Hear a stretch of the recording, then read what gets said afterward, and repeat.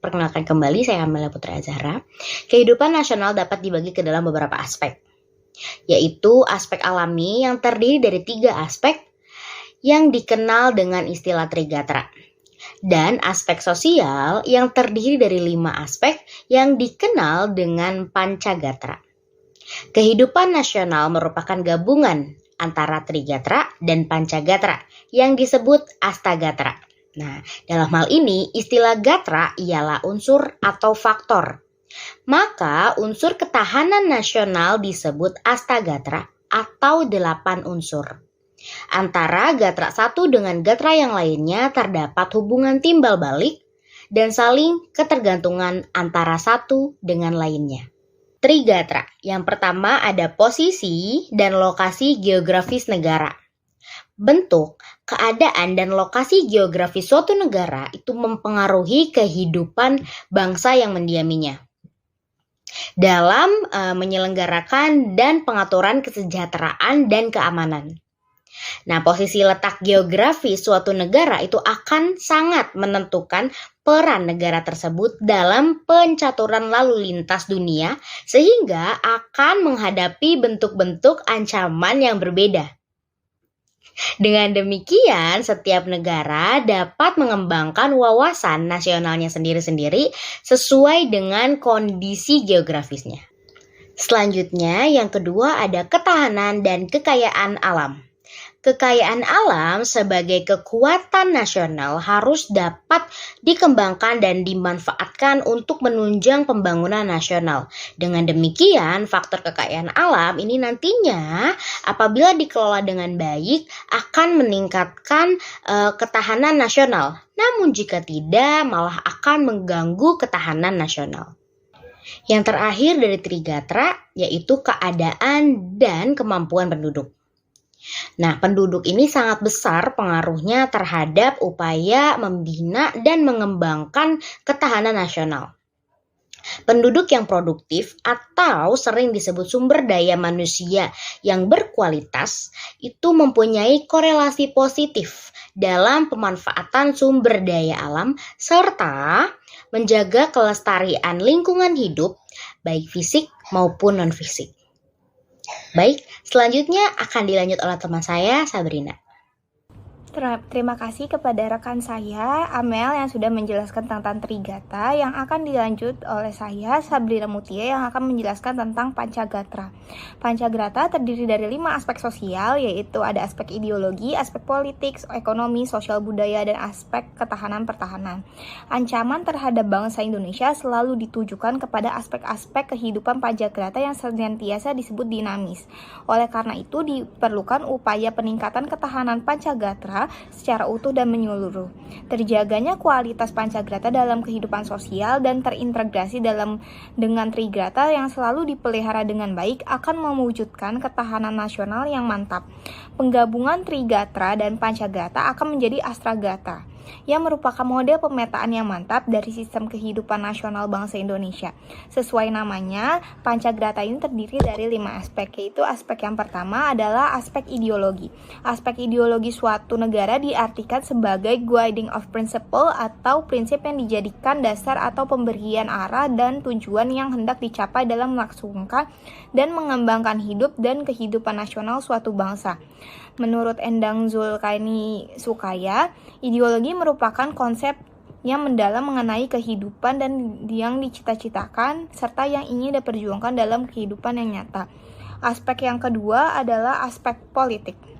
Dalam hal ini, politik diartikan sebagai asas, haluan, dan kebijaksanaan yang digunakan untuk mencapai tujuan dan kekuasaan. Oleh karena itu, masalah politik sering dihubungkan dengan masalah kekuasaan dalam suatu negara yang berada di tangan pemerintah. Aspek yang ketiga adalah aspek ekonomi. Aspek ekonomi dijalankan oleh suatu negara yang merupakan kekuatan nasional negara yang bersangkutan, terlebih di era global sekarang ini. Bidang ekonomi berperan langsung dalam upaya pemberian dan distribusi kebutuhan warga negara. Kemajuan pesat di bidang ekonomi tentu saja dijadikan negara yang bersangkutan tumbuh sebagai kekuatan dunia. Contohnya ada negara Jepang dan negara Cina. Aspek setelahnya yaitu adalah aspek aspek sosial budaya. Ketahanan sosial budaya menurut pengertian ketahanan nasional itu diartikan sebagai kondisi yang dinamis suatu bangsa berisi keuletan dan ketangguhan yang mengandung kemampuan mengembangkan kekuatan nasional dalam menghadapi dan mengatasi segala ancaman, tantangan serta hambatan serta gangguan baik yang datang dari dalam maupun luar secara langsung maupun tidak langsung dan membahayakan kehidupan sosial budaya dan bangsa dan negara. Yang kelima, yang terakhir ada aspek pertahanan dan keamanan. Pertahanan keamanan suatu negara merupakan unsur pokok terutama dalam menghadapi ancaman militer negara lain. Oleh karena itu, unsur utama pertahanan keamanan negara berada di tangan militer. Sesuai dengan Undang-Undang Nomor 3 Tahun 2002, pertahanan keamanan negara merupakan salah satu fungsi pertahanan pemerintahan negara. Negara juga dapat melibatkan rakyat dalam upaya pertahanan negara sebagai bentuk hak kewajiban warga negara dalam membela negara dan menangkal dari semua ancaman dari luar.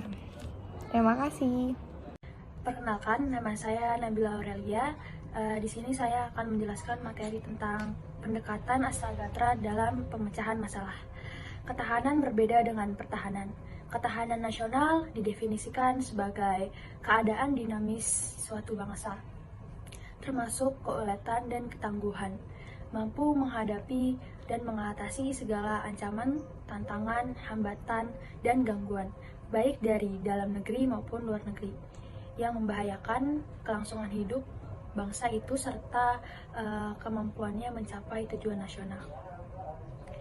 Sedangkan pertahanan merupakan upaya untuk meningkatkan ketahanan melalui angkatan bersenjata yang kuat dan memelihara kedisiplinan nasional yang tinggi. Dalam rangka membangun ketahanan bangsa Indonesia, pertahanan dan keamanan, penguasaan, pengembangan, dan penggunaan teknologi merupakan cara cerdas untuk mengantisipasi dan menghadapi ancaman militer maupun non-militer. Namun, sektor pertahanan dan keamanan harus mengantisipasi perkembangan teknologi digital yang berdampak signifikan pada sistem keamanan, siber, dan teknologi pertahanan. Selain penguasaan teknologi, sektor pertahanan dan keamanan negara juga memerlukan sumber daya manusia yang memiliki kemampuan integritas dan semangat untuk menciptakan kekuatan militer yang efektif bagi pertahanan dan keamanan di Indonesia. Materi selanjutnya akan dijelaskan oleh rekan saya. Perkenalkan, nama saya Najla Gaisani Wartika. Di sini saya akan menjelaskan dari penjelasan teman saya yang sebelumnya, yaitu permasalahan Astagatra dalam pemecahan masalah. Tidak sedikit tantangan yang dihadapi oleh bangsa kita Indonesia. Selain menciptakan ketahanan yang sebaik mungkin, juga tantangan di sektor pertahanan. Adanya isu-isu kawasan, adanya gelar kekuatan negara-negara besar di kawasan Laut Cina Selatan, tidak mustahil akan menimbulkan masalah pertahanan bagi Indonesia. Gangguan masalah perbatasan dengan negara tetangga seperti masalah wilayah Ambalat di Laut Sulawesi yang diklaim oleh Malaysia, serta wilayah perbatasan teritorial lainnya. Dari perspektif ketahanan nasional, pertahanan negara Indonesia tidak terlepas dari pengaruh dan dinamika kondisi terkait pendekatan Astagatra. Pendekatan Astagatra meliputi Trigatra, aspek alamiah, dan Pancagatra, aspek sosial, yang terdiri dari kondisi geografis negara, kekayaan alam, keadaan dan kemampuan penduduk, ideologi, politik, ekonomi, sosial budaya, dan hankam. Kedelapan aspek tersebut secara utuh membentuk perilaku masyarakat dalam kehidupan berbangsa dan bernegara. Dalam pelaksanaannya, ketahanan nasional menitik beratkan pendekatan kesejahteraan dan pendekatan keamanan yang serasi, selaras, seimbang. Hal tersebut mencerminkan adanya keterkaitan yang erat antara kondisi ketahanan nasional dengan pertahanan negara secara menyeluruh. Oleh karena itu, Pengembangan seluruh aspek Astagatra dalam pembangunan pertahanan negara akan menentukan kualitas pertahanan negara, baik di masa damai maupun masa perang. Kualitas pertahanan negara akan berbanding lurus dengan keadaan ketahanan nasional. Artinya, setiap perubahan ketahanan nasional bangsa secara otomatis akan mempengaruhi kualitas pertahanan negara. Saya Vina Melinda. Potensi ancaman bagi ketahanan bangsa di era global. Ketahanan nasional sangatlah penting bagi setiap negara, begitupun dengan negara kita, Indonesia. Ketahanan nasional adalah kemampuan suatu negara untuk beradaptasi terhadap perubahan atau ancaman baik dalam bidang politik, sosial, budaya, dan ekonomi. Selain itu, ketahanan nasional juga merupakan kemampuan suatu negara dalam memberikan jaminan keselamatan dan keamanan bagi rakyat negaranya. Ketahanan nasional suatu negara, termasuk Indonesia, terkena dampak yang signifikan akibat era globalisasi ditandai dengan percepatan alih informasi, teknologi, perdagangan nasional, serta masih banyak lagi. Dalam era globalisasi, Indonesia dihadapkan pada tantangan yang lebih kompleks dalam mempertahankan kedaulatan dan integritas teritorialnya. Apa sih teritorial? Teritorial adalah kewenangan suatu negara untuk mengatur dan mengatasi permasalahan hukum baik pidana maupun perdata di wilayah sendiri. Munculnya globalisasi berimbas pada timbulnya berbagai fenomena pada kehidupan manusia seperti perkembangan telepon genggam, internet, dan lain sebagainya. Arus informasi yang sangat cepat tentu memungkinkan setiap orang untuk memperoleh informasi dengan sangat mudah, bahkan informasi sensitif yang seharusnya tidak diungkapkan. Dalam era globalisasi sekarang, banyak sekali kelebihan dan kekurangan dalam pengaruhnya. Di luar dari kelebihan yang dapat kita ketahui, ada juga beberapa kekurangan, terutama dalam ketahanan bangsa dan negara. Yang pertama ada lunturnya nilai-nilai budaya Indonesia. Arti kata nilai-nilai politik di sini adalah nilai-nilai yang sudah tertanam atau nilai-nilai yang harus dimiliki bagi seluruh rakyat Indonesia dengan cara turun-temurun. Contohnya seperti gotong royong, saling membantu, dan semangat kekeluargaan. Ini merupakan nilai yang penting dan harus ditanamkan bagi penerus bangsa, dan dengan adanya teknologi atau dalam era globalisasi ini menjadi salah satu kekhawatiran jika nilai ini akan luntur. Yang kedua, lunturnya rasa nasionalisme. Rasa cinta terhadap tanah air, khususnya Indonesia, sangatlah penting dimiliki bagi seluruh rakyat Indonesia. Akan menjadi masalah besar dan sangat disayangkan jika rasa ini akan luntur dan menghilang dikarenakan era globalisasi. Yang ketiga, berkembangnya paham politik tentang uang. Tidak diragukan lagi bahwa uang merupakan benda yang menjadi barang penting untuk bisa bertahan hidup di zaman sekarang. Dengan adanya kehadiran globalisasi di dunia, menyebabkan uang dikenal sebagai aliran politik yang bisa merugikan rakyatnya. Dan yang keempat, ada kebebasan absolut. Globalisasi juga menjadi faktor penyebab masyarakat bebas berpendapat. Hal ini menimbulkan kerusuhan untuk kepentingan masing-masing. Selain itu, perilaku ini juga dapat menjadi alasan terjadinya demo yang merugikan dengan cara merusak fasilitas umum. Yang kelima atau yang terakhir, masuknya ideologi asing.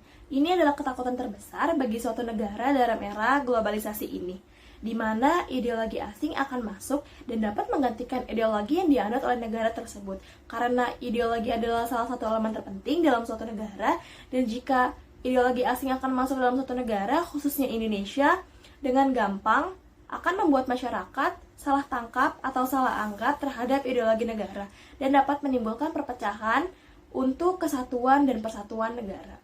Gangguan-gangguan integritas nasional tentu merupakan langkah mundur dan merupakan batu uji bangsa Indonesia dalam mempertahankan kemerdekaan dan kesatuan nasionalismenya.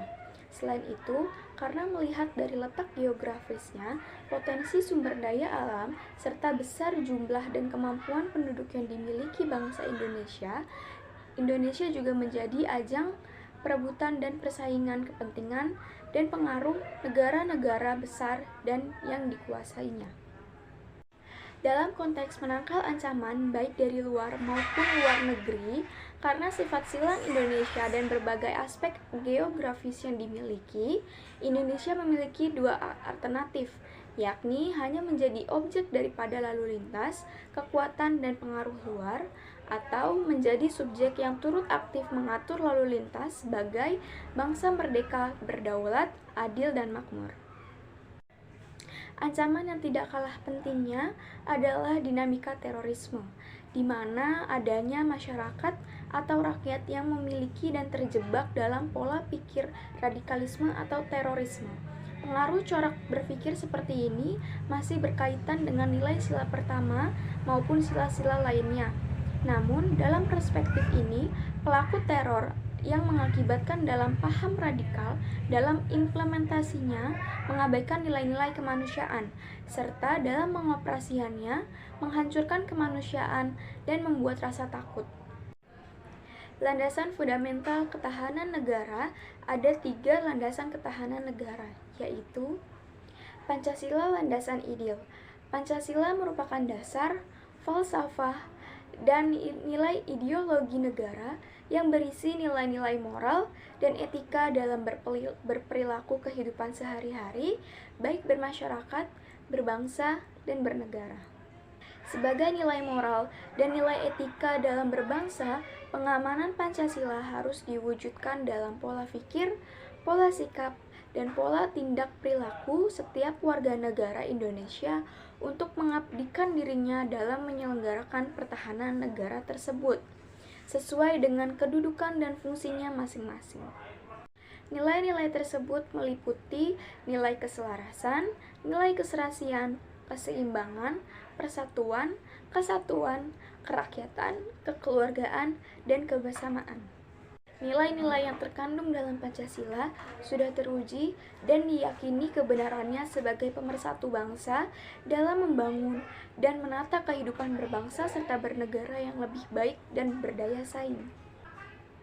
Yang kedua, ada Undang-Undang Dasar 1945, landasan konstitusional. Undang-Undang Dasar 1945 adalah sumber dari segala sumber hukum. Undang-Undang Dasar 1945 memberikan landasan serta arah dalam pengembangan sistem serta penyelenggaraan pertahanan negara Indonesia. Substitusional pertahanan negara yang terangkum dalam pembukaan dan pasal-pasal Undang-Undang Dasar 1945 diantaranya adalah pandangan bangsa Indonesia dalam melihat diri dan lingkungannya, tujuan negara, sistem pertahanan negara, serta keterlibatan warga negara. Undang-Undang Dasar 1945 bersikap tegas agar Indonesia menentang segala sesuatu bentuk penjajahan. Bangsa Indonesia akan senantiasa berjuang untuk mencegah dan mengatasi usaha-usaha pihak tertentu yang mengarah pada penindasan dan penjajahan. Penjajahan bagi bangsa Indonesia merupakan suatu tindakan keji yang tidak berperi kemanusiaan serta bertentangan dengan nilai-nilai yang terkandung dalam Pancasila. Oleh karena itu, bangsa Indonesia menempatkan kemerdekaan sebagai kehormatan bangsa yang harus tetap dijaga, dan upaya pertahanannya negara harus didukung oleh masyarakat dan perangkat perundang-undangan serta pelaksanaan dari Undang-Undang Dasar 1945. Landasan konstitusional kemerdekaan mengemukakan pendapat adalah Undang-Undang Dasar 1945 yang bermuatan dalam yang pertama, pasal 28 dengan berbunyi kemerdekaan berserikat dan berkumpul untuk mengeluarkan pikiran dengan lisan maupun tulisan dan sebagaimana ditetapkan dengan perundang-undangan. Yang kedua, pasal 28E ayat 3 yang berbunyi setiap orang berhak atas kebebasan bersyarikat, berkumpul, dan mengeluarkan pendapat. Landasan visional atau wawasan Nusantara. Wawasan Nusantara merupakan cara pandang terhadap negara dan lingkungannya sebagai satu kesatuan yang utuh. Wawasan Nusantara adalah geopolitik Indonesia, di mana wilayah Indonesia tersusun dari gugusan kepulauan. Perkenalkan, nama saya Lia Yasmin. Saya akan menjelaskan tentang materi implementasi ketahanan nasional di bidang sosial dan budaya. Implementasi ketahanan di bidang sosial dan budaya melibatkan upaya untuk mempertahankan dan menguatkan nilai-nilai, identitas, dan keberagaman budaya bangsa, serta memperkuat hubungan sosial yang erat. Nah, langkah-langkah yang dapat dilakukan antara lain, yang pertama adalah pelestarian budaya. Melalui program pelestarian bahasa daerah, adat istiadat, dan warisan budaya lainnya untuk mempertahankan keberagaman budaya. Yang kedua adalah pendidikan nilai-nilai nasional. meningkatkan pemahaman dan kesadaran masyarakat terhadap nilai-nilai nasional, seperti semangat persatuan, gotong royong, dan toleransi. Yang ketiga, ada pemberdayaan masyarakat. Memberdayakan masyarakat untuk turut serta dalam melestarikan budaya, seperti melalui kegiatan seni dan budaya, serta memperkuat jaringan sosial di tingkat lokal. Yang keempat, ada integrasi nilai-nilai budaya. Mengintegrasikan budaya nasional dalam kehidupan sehari-hari dalam mengimplementasi ketahanan nasional dapat dilakukan dengan mendorong praktik-praktik tradisional, adat istiadat, dan seni budaya dalam aktivitas sehari-hari. Ini termasuk mempromosikan pemakaian pakaian adat, memasyarakatkan tarian dan musik tradisional, serta memasukkan nilai-nilai etika dan norma budaya dalam pendidikan dan interaksi sehari-hari untuk memperkokoh rasa kebangsaan dan solidaritas. Yang kelima, ada penghormatan terhadap keberagaman. Mendorong penghormatan terhadap keberagaman budaya, agama, dan suku di masyarakat sebagai sumber kekuatan bangsa.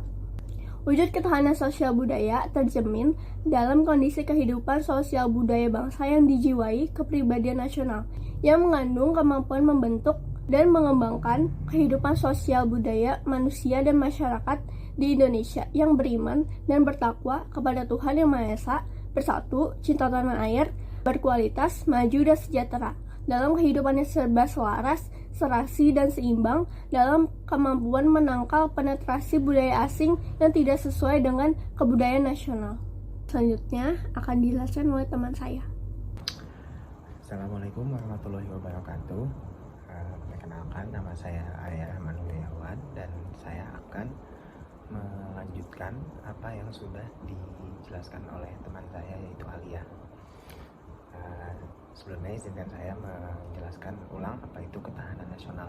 Ketahanan nasional merupakan suatu kondisi dinamik suatu bangsa yang berisi ketangguhan, yang mengandung kemampuan mengembangkan kekuatan nasional di dalam menghadapi dan mengatasi segala tantangan, ancaman, hambatan, serta gangguan baik yang datang dari luar maupun dari dalam, yang langsung maupun tidak langsung membahayakan integritas dan kelangsungan hidup suatu negara. Oke, untuk implementasi ketahanan nasional pada bidang politik itu contohnya kalau di Indonesia maksudnya sekarang pun masih dilakukan, yaitu adanya pemilu tiap 5 tahun sekali. Lalu secara umum implementasi ketahanan nasional bisa seperti penerapan sistem politik yang demokratis, di mana sistem politik demokratis merupakan sistem yang mengutamakan kedaulatan rakyat. Sistem ini memberikan ruang yang luas bagi rakyat untuk berpartisipasi dalam acara-acara politik. Selanjutnya yaitu ada penegakan supremasi hukum. Penegakan supremasi hukum ini diperlukan supaya yang nantinya menjalankan politik itu bisa terarah dan memiliki batasan sehingga tidak semena-mena menggunakan jabatannya tersebut. Oke, selanjutnya ada implementasi ketahanan nasional di bidang hukum. Untuk bisa mencapai ketahanan nasional di bidang hukum ini perlu ada beberapa yang harus dilakukan sehingga terciptanya masyarakat yang tertib dan menjamin kepastian hukum. Yang pertama itu ada peningkatan profesionalitas aparat penegak hukum, itu seperti polisi, hakim-hakim, dan semuanya yang berhubungan dengan hukum. Yang kedua itu ada sama seperti tadi, yaitu penegakan supremasi hukum. Karena kalau tidak adanya supremasi hukum, semuanya akan kembali lagi kepada hukum yang tumpul ke atas dan tajam ke bawah. Selanjutnya itu ada peningkatan kesadaran HAM. Peningkatan kesadaran HAM ini harus ditanamkan ke seluruh pribadi karena kembali lagi semua manusia pada awalnya itu memiliki HAM. Selain itu, peningkatan kualitas sumber daya manusia juga dapat membantu ketahanan nasional dalam bidang politik. Kenapa? Karena peningkatan kualitas sumber daya manusia dalam bidang politik ini bisa seperti kalau tingkat SDM-nya meningkat, berarti pemerintah yang dijalankan oleh SDM tersebut juga bisa lebih efektif, efisien, sehingga dapat membantu ketahanan nasional di bidang politik.